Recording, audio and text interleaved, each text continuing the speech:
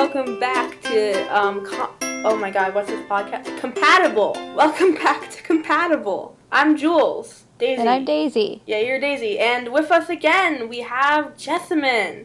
Hi! And so last week, we spoke about Eleanor Dashwood and Edward Ferrars, still don't know how to pronounce his last name.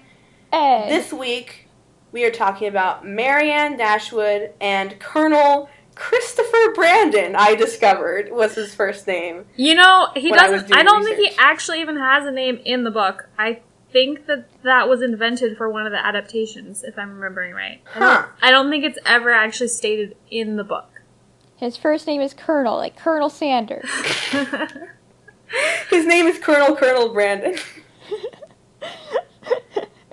Yes. In my many times at different military bases, I've met Major and Captain. Fun fact. The first thing I think to talk about with Marianne and Brandon is the age difference. Yeah. Because in book canon, and this has been changed for adaptations, obviously, because adaptations try to fix things that in the book. Sometimes for the better and sometimes for the worse. But in the book, Marianne, at the start of the book, is 16 years old, and Brandon is 35. Well, for those of you keeping track at home, that is more than twice her age. Yeah, they're not following that rule. That's half your age plus 7 or whatever it is. Yeah. Yeah. No. So, one thing that I always find funny is that people... Because in the book, it's kind of meant to be funny that Marianne is like, ugh, he's so old. He's on his deathbed. I can never be into him. People are like, oh, Marianne, you're so silly. And it's like, no, he's more than twice her age. Yeah, I think he might be older than their mom, actually, because their mom's supposed to be, like, have been fairly young. Like, I think her husband was quite a bit older than her, if I'm remembering right. Yeah, because she was... Because she was his second wife, yeah. Yeah. I think she's only supposed to be, like, 35 or something. Yeah, so he is the same age as Marianne's mom. So, I do not blame Marianne for not seeing him as a viable romantic interest at the start. Yeah. I mean, it is one of those things where culture was a bit different then. You know, 16 was definitely considered more of an adult, and it wasn't nearly as uncommon to be in relationships with huger age gaps, but it's pretty big. But I think that that's always something that people point to when they say that, like, Marianne is flighty or whatever. Mm-hmm. And I don't see it. I definitely am on her side in that.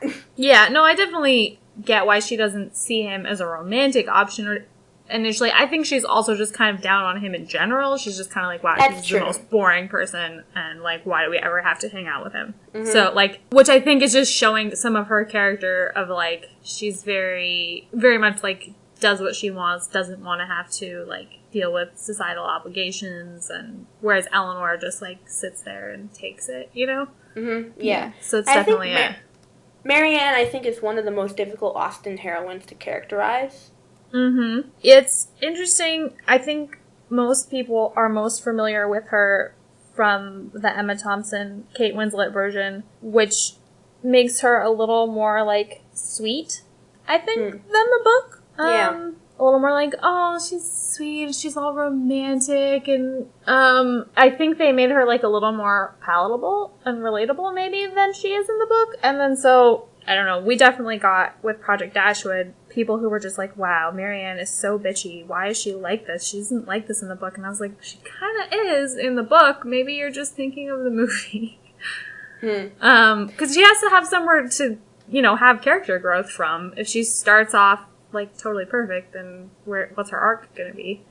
Yeah, she's hard to categorize just because she changes so much. Yeah. Mm-hmm. So, Marianne Brandon is interested in Marianne from the start. Marianne is not interested in Brandon romantically, or even, like, platonically at all. Yeah, she's just like, this guy, nah. Meanwhile, she meets Willoughby in, like, the most meet-cute way possible. It's true. It's a... Like... I don't know how much meet cutes like that had been in literature before Austen, but this is, like, definitely one of the first meet cutes. It's a good one. It's a really solid meet cute. No, yeah. It's like the foundation for probably most meet cutes and rom-coms now. Except a lot of meet cutes end positively. This one does not. This one is a Indeed. meet cute, and that's about it. Yeah. It's interesting. Her and Brandon don't get a meet cute at all. But Yeah, Brandon just kind of shows up like, hey, I'm Brandon, and Marianne's like, ugh. I feel like I think... Marianne's ahead. sort of whole love story is a cautionary tale to girls for be like, look, I know I write all these stories about girls who get swept off their feet by dashing young men. But just so you know, sometimes it's better to be with the sensible guy with the money and who will take care of you. Because the other one kind of turns into a jerk. Yeah, I think it was even... You can even read it as, like, satirizing some of that romantic... Some romantic tropes. Like, someone was talking to me, too, about how, like, maybe in other works of literature around that time, like, the girl would have, like, died. Instead of Marianne recovering from her illness, she would have died as, like, a punishment or something. Yeah, or she would have, like, died of being heartbroken or whatever. Yeah, so that, like, Austen was kind of poking fun at that by, like, letting her live or something like that. I don't know. I always mean it. Someone was telling me something along those lines. I always mean to read up on it. So, like, I have up Text from the Dashwoods by The Actual Love of My Life, Mallory Ortberg. And one of the little bits from her, not from Text from Jane Eyre, on the actual toast. Oh, yeah. One of the books is, one of the little bits is, Marianne, are you coming down for supper? Supper is for people whose stomachs are empty, and mine is full of feelings. Marianne is very dramatic. Just a little bit. She has a lot of feelings. How dare you question the purity of our love, Eleanor? I just wonder what the two of you have in common. How about everything? How about how we both love trees and feelings, and we hate ankle twisting and kernels and questions and Eleanors? Yeah, so Willoughby is basically like Marianne meets him, and she's like, he's cute. Yeah, well, I think there's, like, a little bit of that Florence Nightingale syndrome, too, where, like, oh, he rescued her. You know, she's, like, literally swept off her feet by him, so... Yes. Yeah. But there's really nothing there in regards to the relationship. Like, Willoughby knows that he cannot be with Marianne and flirts with her anyways. He's a jerk. Willoughby's the worst. He is. He is. Utterly the worst. And I think that, like, there's that scene at the end that, like, tries to redeem him where he's talking to Eleanor and he's like, I wish I could have married Marianne. Yeah, because he did actually fall in love with her, and that does suck for him, but, like, he made his choices. But it's like, you know, if I didn't knock up that 15-year-old and left her to raise my illegitimate child by herself, yeah, she would have been my number one choice of wife. Yeah. But, you know. But, I had to marry for money now. It did just click for me how close in age Marianne is to the girl that Willoughby, Elizabeth something. Eliza Williams. Yes. Eliza Williams. It did just click for me how close in age they are. I guess it's not as much the whole she's young thing, it was more like the we didn't get married and I got her pregnant thing. Yeah. And that's where you get the biggest parallel between Brandon and Willoughby, is that Brandon, there are two Eliza Williamses. Yeah. Mm-hmm. There's the senior and the junior. And then the senior one was Brandon's father's ward, and Brandon really loved Brandon really loved her, but then they had to get married to his brother. And then the junior is the ward of Colonel Brandon himself, and then et cetera, Willoughby, yeah. So there's that obvious parallel, which I'm sure makes Brandon feel pretty icky about himself. But then again, Brandon's like, I'm not going to do anything with Marianne unless we're married, you know? Yes. Yeah, I think what happened. What's great about Brandon, for me, is, like, he could easily become, like, that friend-zoned guy who's, like, really jealous and upset all the time and, like, you know, start getting manipulative or anything, but, like, he doesn't. He's always, like, well, I love Marianne, and, like, because I'm a great guy, I'm gonna help her family, I'm gonna help Edward, who I don't even know. Like, he's always, like, I don't think he ever thinks that she'll love him back, but he's like, well, I'm still gonna, like, do great things for her and her family and anyone I know because I'm a great guy. I'm not gonna, like, fall into being manipulative or, like, I'm gonna live with it if I can't be with her because that's the right thing to do. Yeah. I think out of all, like, combined men and women of Austen, Brandon's one of the nicest. Yeah. Brandon's just, like, a good, solid guy. Yeah. He's kind of the best. But then, one interesting thing you have to think about is how much feelings does Marianne actually have for Brandon by the end? I think that this is one of those things where she doesn't appreciate him, but she does eventually, like, after the book is over. Yeah, see, I think they're the actual slow burn. Mm-hmm. Yeah, but I think one interesting thing you could think about, you can kind of compare Edward and Marianne, where I'm kind of playing Edward. I was about to say Edward's advocate here. I meant devil's advocate. Yeah, we gotta play devil's advocate because we love so much. Yeah, I'm gonna play devil's advocate here. Okay. In a sense, Eleanor is Edward's second choice. And in a sense, Brandon is Marianne's second choice. True. Mm-hmm. But does that devalue the relationships? No.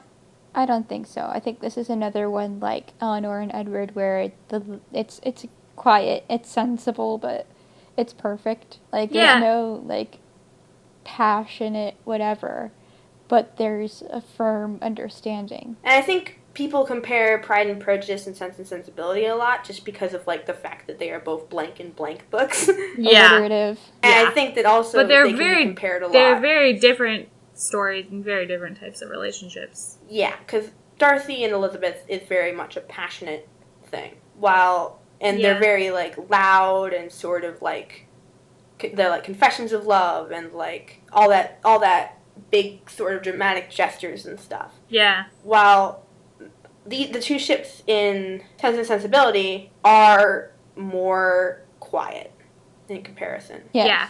If I was gonna... I've been kind of revisiting Persuasion lately. I watched the 2006 or 7 version. Mm. And I was just thinking that Anne Elliot and Eleanor definitely have a lot in common. Yeah. Yes. And Wentworth and Edward to some extent. Like, those relationships, I feel like a kind of similar dynamic. Yeah. The way it plays out is different, but, like, the personalities feel kind of similar. Yeah. And I think that there's definitely, like, groupings of Austen protagonists you can do. I feel like Emma and Elizabeth are sort of in the same group. Yeah. And then, like, that's true. And, like, maybe Marianne is there as well. Maybe. And I'm then, trying to think if there's really she- another Austen heroine that reminds me of Marianne. Yeah, because I She's a grouped, little like, different. Fanny and Catherine together. That Yeah. makes sense. Because they're both, like, very sort of, like, pure, small, innocent angels. There's if that the makes sense. ingenues. There Yeah. are people who are sensible and fall in love. And then there are the people who aren't sensible, fall in love with somebody, and then realize that that person's a jerk and fall in love with somebody else. Yeah. Yeah. Yeah, I think Marianne is kind of unique in regards to the Austen heroines. Yeah. Like, I don't really feel like she fits into one of those categories. Yeah. I think that's cool. Interestingly, actually, a character that some things, or just maybe it's more the dynamics, but when I first watched Far From the Madding Crowd, it reminded me a lot of Sense and Sensibility, and that you kind of have the Frank Troy character is very Willoughby-ish. Frank Troy's very Willoughby, that's true. Yes, or Wickham. Mm-hmm. Kind of that character. And then, well, initially, as I was watching it, I thought that Boldwood was gonna kind of be like Brandon, but then he did what Brandon didn't do and went too far, and it was like, kind of did the friend zone thing. Yeah. And, totally went off the deep end, and Gabe kind of ends up being the Brandon. Yeah. The So steady, Frank good guy. Troy is Willoughby, Boldwood is bad Brandon, and Gabriel And Gabe is Brandon. good Brandon, yeah. Yeah, I can definitely see the similarities between Marianne and Bathsheba, definitely. Mm-hmm. Yeah, they have, like, very different positions in life and stuff, but just, I don't know, there's some dynamics there that felt similar to me. I feel like there are people who don't like Marianne because she, like, falls for Willoughby at first, and people think that, like, oh, she's silly, and she kind of just settles for Brandon at the end. But I think that Marianne is definitely way more of a complex character than people give her credit for. I agree. I don't think she's doing anything by accident. No. No, she's very, She knows what's best for her. I think that she shouldn't have fallen necessarily for Willoughby, but it makes sense that she did. Oh, yeah, totally. I think they were, like, a case of actually being too similar. Like, she had this, like, idealized, romanticized, I mean, she's very much a romantic idea of what she wanted in a man, and he, you know, ticked all those boxes. He was, like, her ultimate ideal, but then it turned out that wasn't actually what was best for her. Yeah. What if what's his face? If Eleanor and Brandon are like Jane Bennett and Jane Bennett, Marianne and Willoughby, it's like Girl Wickham and Wickham. Yeah, like, yeah. I don't want to compare Marianne to Wickham, though. By which I mean they're very romantic and kind of, what's the word, devil-may-care attitudes. Yeah, they're definitely not thinking through love. Consequences and stuff. You know, like, in the book, Marianne and Willoughby are being, like, very scandalous. You know, they're, like, acting like they're basically engaged, and, you know, they're... He has a lock of her hair. I know. It's very scandalous stuff. I mean, I guess he probably saw her ankle when she twisted it. Oh, ankles. I'm sorry. I just have some knowledge of these things. Yeah, you do. You know, I think with Willoughby, Marianne is not showing any sense. You know, she's not thinking about things at all. She's just throwing herself totally into it, and they're always, like, kind of rude to other people around them, and, you know, they're very, like, consumed by their relationship, I think. Yeah. So, do you rank Marianne and Brandon, Daisy, on your scale? Where do you rank them? Do you rank them above Eleanor and Edward, above Lizzie and Darcy? Where do you rank them? You know what? I put these folks above Lizzie and Darcy. I feel like they've overcome a lot more. And that Colonel Brandon not only was, like, the key to solving the Willoughby mystery and, like, has all these ties to him, even more so than Darcy was about Wickham, but also he genuinely cares about Marianne and doesn't hate her at the start or is all put off it. Yeah, that's true. That's one of my favorite things about him, is that, like, he falls in love with her while she's still really flawed, like, before she even has her character growth. Yeah. That's why it gets the edge over Lizzie and Darcy. Yeah, and we talked, not last time, the time before that, when we were talking about Lizzie and Darcy, we talked about how the idea of, like, waiting for your Mr. Darcy is a very flawed idea.